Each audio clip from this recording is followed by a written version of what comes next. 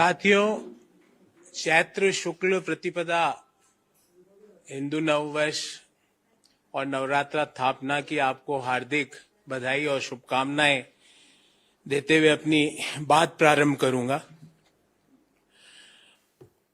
और नववर्ष के पहले दिन मुझे उम्मीद है कि सरकार जो हम बात कर रहे हैं उसको एक सकारात्मक तरीके से सुन रही होगी और इस नवरात्रों के दौरान ही उसके ऊपर सकारात्मक प्रतिक्रिया देते हुए कुछ पॉजिटिव काम करेगी।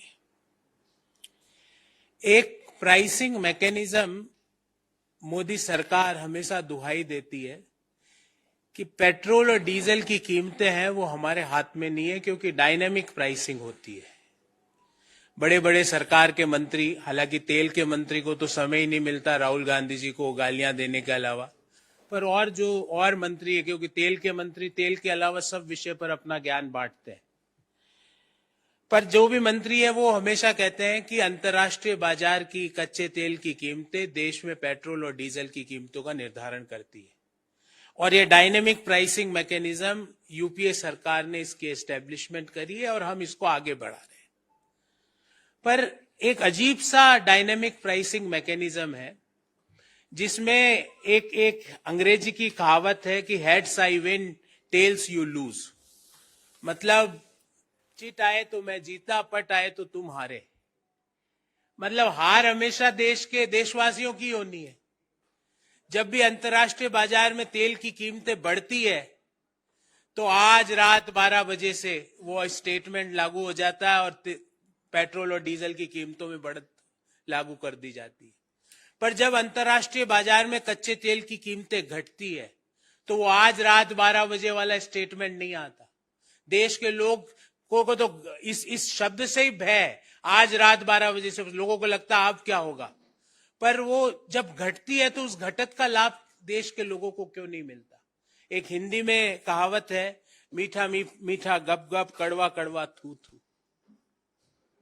जब कच्चा तेल महंगा तो कीमतें देशवासी भरे और जब कच्चा तेल सस्ता तो वो सीधा के सीधा सरकार की किटी में जाए वो। और मैं आज एक पूरी कैलकुलेशन करके आप सबके सामने लाया हूं। मई 2022 में लास्ट दफा तेल की कीमतों में केंद्र सरकार ने बदलाव किया था, मई 2022।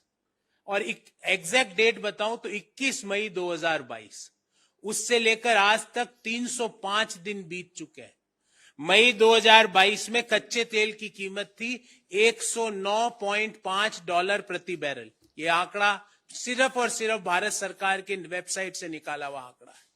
और मार्च 20 मतलब परसों कच्चे तेल जो भारत खरीद रहा है उसकी कीमत हो जाती है $70.69 प्रति बैरल।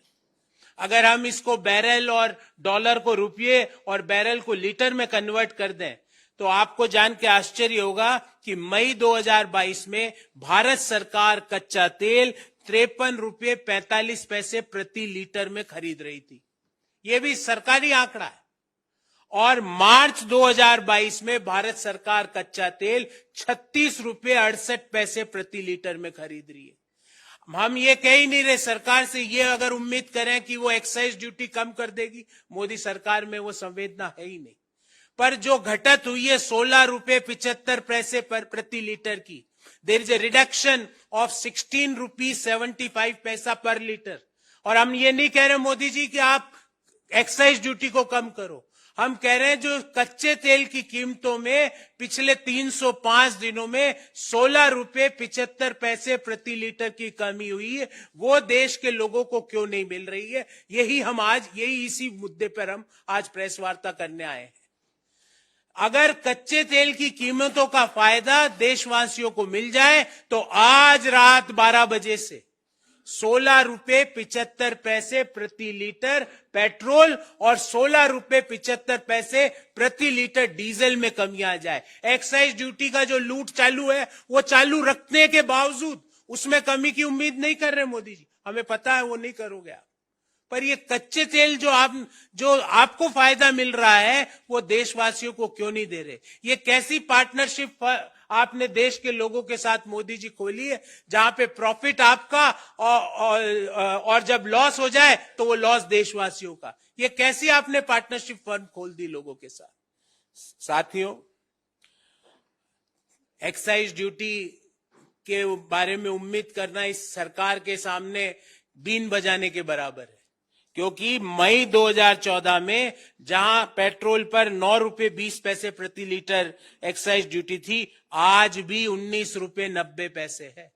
डीजल पर जब 3 रुपए 46 पैसे थी, जब यूपीए सरकार 2014 में यूपीए ने एनडीए मोदी जी को सरकार चलाने का देश के लोगों ने मौका दिया, जब 3 रुपए 46 पैसे प्रति लीटर थी, आज 15 रुपए 80 पैसे है।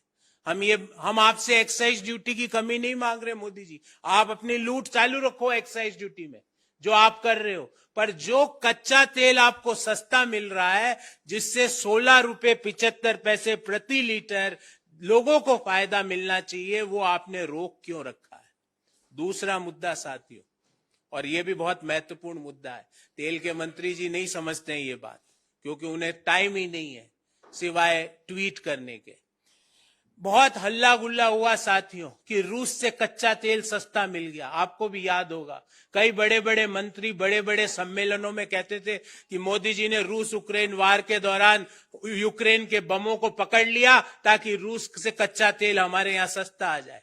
ऐसी बातें भी हुई है, ये मैं अपने मन से नहीं कर रहा कि बमबारी बंद करवा दी, 4 घंटे तक बम हाथ में कैच कर लिए, ऐसी बातें भी हुई है।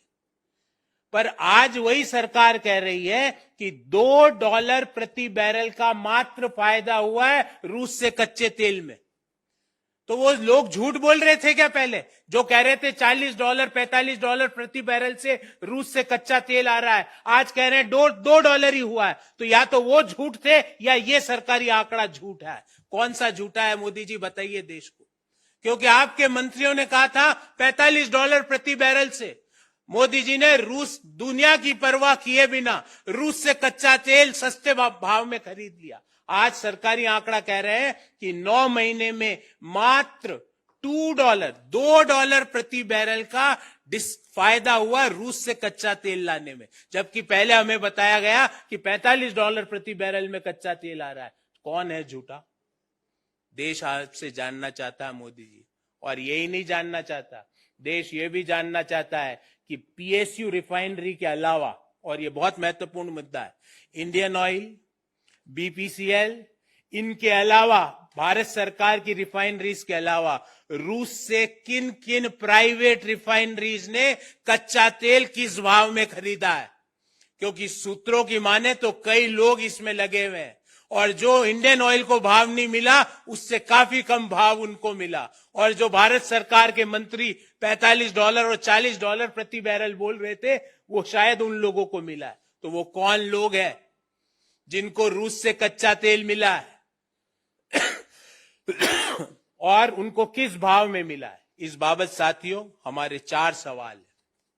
पहला, देश के उपभोक्ताओं को कच्चे तेल की फॉल में, कच्चे तेल की में जो कीमतों में कमी आई, उसका फायदा क्यों नहीं मिलता है? मोदी जी आप देश को बताइए, ये कौन सा मॉडल है आपका कि मीठा मीठा गप गप कड़वा कड़वा थू थू? ये कौन सा मॉडल है कि heads I win tells you lose? मतलब जीत सरकार की होगी, ऊपर जाए तो आप भुगतो, नीचे आए तो मैं रखूंगा। दूसरा, पिछले 305 दिनों में कच्चे तेल की कीमतों में 16 रुपए 75 पैसे प्रति लीटर की कमी हुई है, और ये गणना मैं आप सबके सामने करके यहां पे आपको दूंगा कि ये डॉलर में भाव है प्रति बैरल, इसको हमने उस समय की डॉलर INR रेट में कन्वर्ट किया और फिर प्रति लीटर निकाला। तो ये 16 रुपए 75 पैसे प्रति लीटर की कमी देशवासियों को पेट्रोल और डीजल की कीमतों में मिलनी थी, उसको मोदी जी आपने क्यों रोक रखी है? तीसरा सवाल कि ये डायनेमिक प्राइसिंग एक ही डायरेक्शन में मूव क्यों करती है? डायनेमिक प्राइसिंग कम क्यों नहीं होती है? Why dynamic pricing is unidirectional?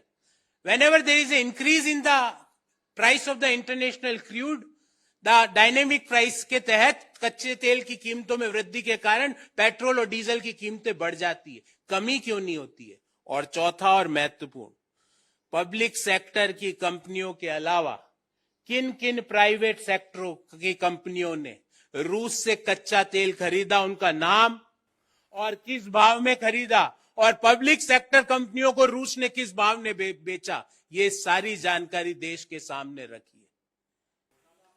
भाई हम तो ऐसे मोदी जी तो है नहीं कि कुछ भी बोल के निकल जाए। हमें तो पूरी, और मैं तो आपको पता है बिना डॉक्यूमेंट्स के कोई बात नहीं करने वाला। तो ऐसी बड़ी जानकारियां हैं कि जो रूस से जो तेल आया उसका मात्र 1/4 पब्लिक सेक्टर रिफाइनर्स को मिला, 3/4 प्राइवेट रिफाइनरीज को गया। कौन कौन है? और ऐसी भी जानकारी है कि उन्होंने उस कच्चे तेल को रिफाइन किया और यूरोप के देशों को महंगे भाव में बेच दिया। वो कच्चा तेल जो मोदी जी, जैसा कि भारत सरकार के मंत्रियों ने बताया कि रूस यूक्रेन वार में मोदी जी ने बमबारी की परवाह किए बिना अपना जेट लेके वो निकल गए और लोगों को ले आए और कच्चा तेल भी ले आए साथ में। तो वो बताएं कि वो 3/4 कौन कौन लोग हैं जिनको रूस से कच्चा तेल मिला और उनको किस भाव में मिला। क्योंकि ऐसी भी जानकारी है कि भारत सरकार की जो रिफाइनरीज है उसका भाव और उनको जिस भाव में मिला उसमें काफी बड़ा अंतर है। क्योंकि भारत सरकार के मंत्रियों ने समय समय पर अपने स्टेटमेंट्स दिए, तेल के मंत्री ने नहीं दिया क्योंकि वो तेल के बारे में नहीं बोलते, बाकी सब उनका पास ज्ञान है। ऐसा स्टेटमेंट दिया कि $45 प्रति बैरल पे रूस से कच्चा तेल मिला, जबकि आज भी भाव भारत सरकार के अनुसार $70.69 प्रति बैरल है। हम तो कह रहे पहले तो ये 70 वाला बेनिफिट तो दो लोगों को, क्योंकि वो भी दे दोगे तो $16.75 प्रति लीटर पेट्रोल और $16 प्रति लीटर डीजल के भाव कम हो जाएंगे। और आप कह रहे हो $45 में आया, तो क्या आया? क्या अगर नहीं आया तो वो झूठ बोल रहे थे भाई। उनके यहां हम तो कुछ बोल नहीं सकते उनको, या तो वो झूठ बोल रहे थे या ये जो जानकारियां ये झूठी है। तो हम पूछना चाहते हैं कि मोदी जी आप बताइए कि रूस से कितना कच्चा तेल आया, क्या भाव में आया और किन किन रिफाइनर्स को मिला वो। क्योंकि भारत सरकार के आंकड़े के अनुसार सार्वजनिक क्षेत्र की जो रिफाइनरीज है उनको मात्र $2 का फायदा हुआ प्रति बैरल, जिसका हा उल्ला हुआ कि जेट लेके बादलों को चीरते हुए निकल गए, किसी को रेडार के अंदर पकड़ में नहीं आए, वो सारा देखा देश ने। और बमबारी हो रही थी तो गोले पकड़ लिए हाथ से और वो फूटने ही नहीं दिए क्योंकि हाथ में इतनी ताकत थी उनके। तो वो सारा हो उल्ला के बावजूद भी अगर $2 का ही फायदा हुआ है और प्राइवेट रिफाइनर्स को ज्यादा फायदा हुआ है तो देश को बताइए, या बोलिए कि नहीं कोई प्राइवेट सेक्टर को रूस से कच्चा तेल मिला ही नहीं है। तो वो जो लोग जो लिख रहे हैं नाम लिख लिख के उनको कोर्ट में न्यायालय में पेश कीजिए कि वो कह रहे 3/4 कच्चा तेल रूस का प्राइवेट रिफाइनरियों को मिला है और सस्ते भाव में मिला है और उन्होंने उस पे हेफ्टी प्रॉफिट कमाया।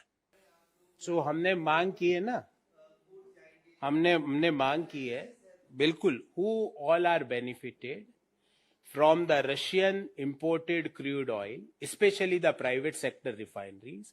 We want the list of those refineries. हम उन refineries का नाम की मांग कर रहे हैं, देश के सामने रखें और किस भाव में उनको मिला ये भी देश के सामने रखें। तो हम मांग करते हैं ये, हम मांग कर रहे हैं। This is our demand for today after today's press conference. पहली मांग तो हमारी देश हित में यह है कि एक बार रूस को आप साइड में रख दीजिए। $16.75 प्रति लीटर आपके आंकड़ों के हिसाब से पिछले 305 दिनों में कच्चे तेल की कीमतों में कमी हुई है। वो बेनिफिट आपको, मुझे, किसान को, मजदूर को, मध्यम आय वर्गीय परिवार को, निम्न आय वर्गीय परिवार को क्यों नहीं मिल रहा है? और ध्यान रहे, पेट्रोल और डीजल की जो कीमतों में अगर कमी होती है तो सारी चीजों की कीमतों में कमी हो जाती है, क्योंकि माल ढुलाई प्रभावित हो जाती है। तो जब 6% से ज्यादा मुद्रास्फीति, इन्फ्लेशन, महंगाई दर लगातार बनी हुई है, जो कि रिजर्व बैंक के हिसाब से चिंताजनक है, तो पहले तो ये 16 रुपए 75 पैसे प्रति लीटर की कमी करो आज रात 12 बजे से ही। और दूसरी जो आपने जो सवाल पूछा कि रूस से जो कच्चा तेल आया, क्योंकि जो आंकड़ा आ रहा है सरकार की तरफ से वो आज आ रहा है कि मात्र $2 प्रति बैरल का फायदा हुआ। पहले हमको बोला गया कि अंतर्राष्ट्रीय बाजार में कीमतें $110 है, मोदी जी $45 प्रति बैरल में ही ले आए। तो या तो वो झूठे थे सब मंत्री, उनका लिस्ट मेरे पास है, मैं आपको दूंगा और देश के सामने भी रखूंगा। और अगर उनको फायदा हुआ है, अगर उस भाव में नहीं आया है, तो क्या प्राइवेट रिफाइनर्स को उस भाव में मिला है? और अगर मिला है तो वो कौन कौन सी रिफाइनरीज है उसकी पूरी के पूरी सूची देश के सामने रखे कि क्यों वो रिफाइनर्स सस्ते भाव में रशिया का तेल रिफाइन करके यूरोप को बेच रहे थे, देश को नहीं दे रहे थे, यूरोप में दे रहे थे क्योंकि वहां भाव बढ़े हुए थे। बिल्कुल बिल्कुल, हम इस मुद्दे को जरूर हम उठाएंगे, हर जगह उठाएंगे।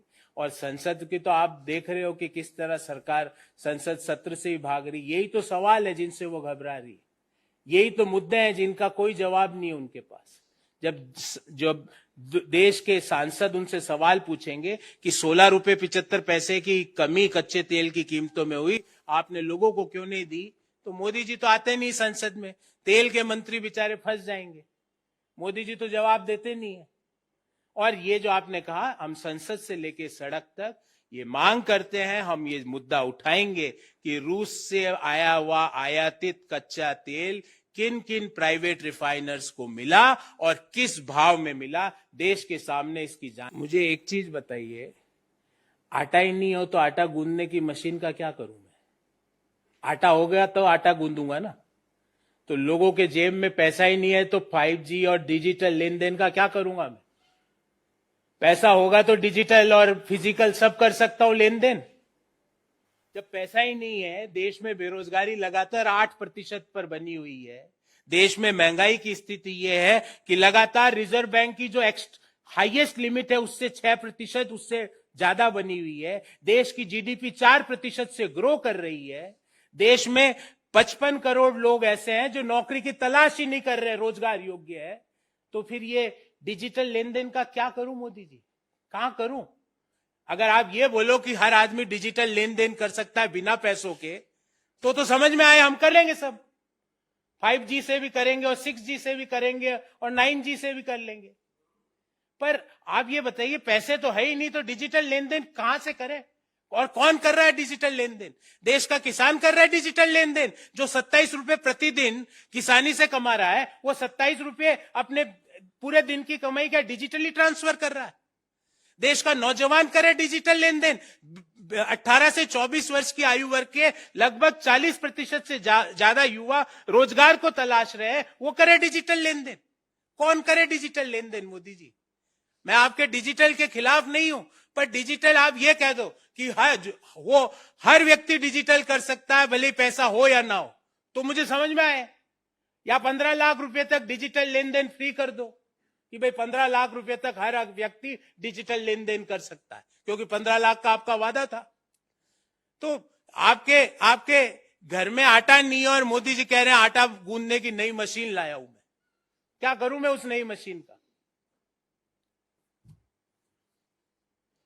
बहुत बहुत धन्यवाद।